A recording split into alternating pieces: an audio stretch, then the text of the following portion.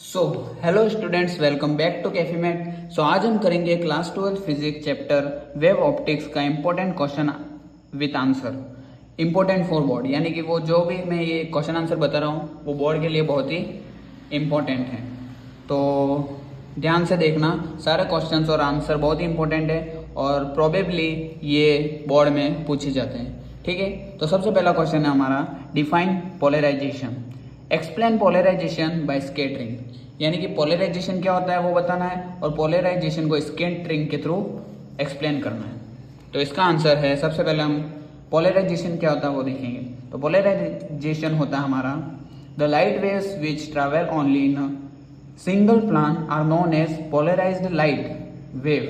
The process of transforming unpolarized light waves to polarized light waves is called the polarization of light.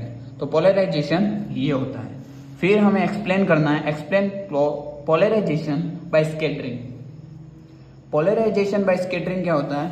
So scattering is a process in which an atom absorbs light and radiates it in all possible directions.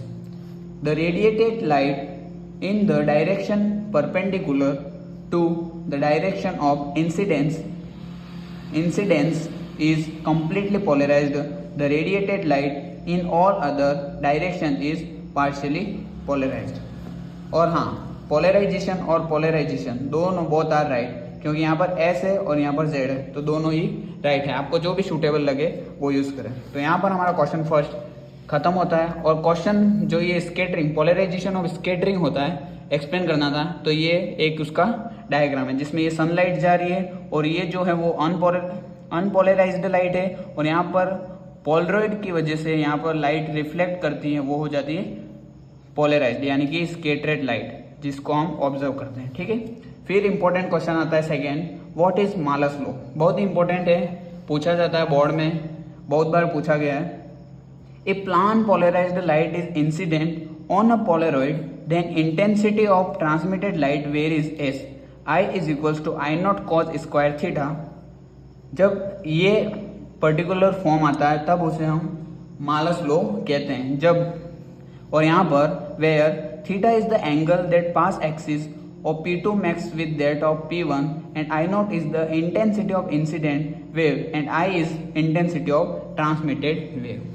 ठीक है, तो ये होता है important question हमारा second. इसके बाद आता है एक इंपॉर्टेंट क्वेश्चन हमारा, क्वेश्चन नंबर थर्ड। ये भी बहुत इंपॉर्टेंट है, which material is used in a Polaroid. Polaroid में कौन सा मटेरियल यूज किया जाता है? तो आंसर है हमारा, Polaroid are thin plastic sheets which contain long chain molecules aligned in particular direction। ठीक है, ये हो गया हमारा मटेरियल, कौन सा यूज होता है, तो प्लास्टिक शीट्स यूज होती है। Question number 4 very important, what is Brewster angle in polarization. Brewster angle क्या होता है पोलराइजेशन में? तो the angle of incidence for which reflected ray is completely polarized, यानी कि जब एंगल इंसिडेंट करता है उसके लिए जो रिफ्लेक्टेड रे होती है वो क्या होती है, कंप्लीटली पोलराइज्ड होती है, इज कॉल्ड ब्रूस्टर एंगल। और उसकी वजह से जो एंगल बनता है उसे ही हम क्या कहते हैं, ब्रूस्टर एंगल और पोलराइजिंग एंगल। यानी कि वो क्या कर रहा है, पोलराइज्ड कर दे रहा है, इसलिए हम उसे पोलराइजिंग एंगल भी कहते हैं। फिर इंपॉर्टेंट क्वेश्चन नंबर 5 आता है हमारा आज का लास्ट क्वेश्चन और very important, what is the use of polaroid. Polaroid का यूज कहाँ पर होता है? तो uses of polaroid used in cameras and 3D movies cameras, used to control intensities in sunglasses and window panes। ठीक है, तो ये 5 इंपॉर्टेंट क्वेश्चन थे हमारे वेव ऑप्टिक्स चैप्टर से। और भी इंपॉर्टेंट क्वेश्चन हैं जो मैं आपके साथ जल्दी शेयर करूंगा। Note other important material in description box. Thank you for watching, stay tuned with me, thank you.